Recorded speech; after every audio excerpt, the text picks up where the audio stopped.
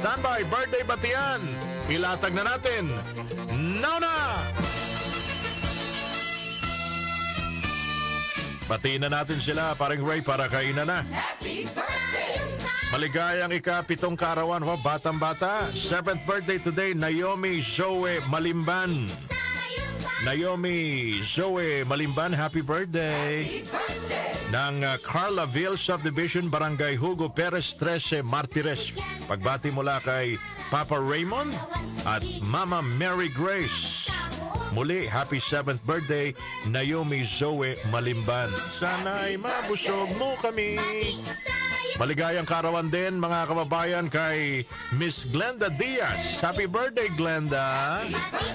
From Loida Diaz of Quezon City. At sa lahat po naman nagdiriwan ng karawan today, happy birthday! Sino bang kasabay nyo nagdiriwan ng karawan today sa ating lipunan, kabayan? Batiin natin, Feb 25, 1965, pinanganak, Maricel Soriano. Happy birthday, Maricel Soriano. Paggaling na artista. Happy birthday. Magaling din, mga kababayan, na artista, Panchito Alba. Birthday ni Panchito. Happy birthday. Magaling hong fashion designer, Feb 25, 1925, pinanganak, Pitoy Moreno.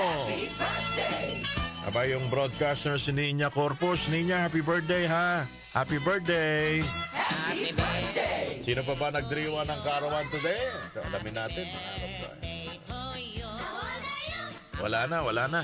Balikan natin ang ating nakaraan. February 25, 1986, Corazon ng si Aquino and Ferdinand Marcos were sworn in. Nanumpa bilang Pangulo ng Pilipinas. Yan ho ang nasusulat sa kasaysayan natin. Etong araw na nagkaroon tayo ng dalawang presidente. Sino bang nagdiriwan ng karawan today sa ibang lahi, kabayan? George Harrison, yung isa sa mga miyembro ng The Beatles. 1943 pinanganak. Happy birthday, George Harrison. At yung wrestler na si Ric Flair, 76 years old today. 1949, February 25 pinanganak. Wrestler. Alala niyo ba si Ric Flair? Sila ho mga nagdiriwan ng karawan today.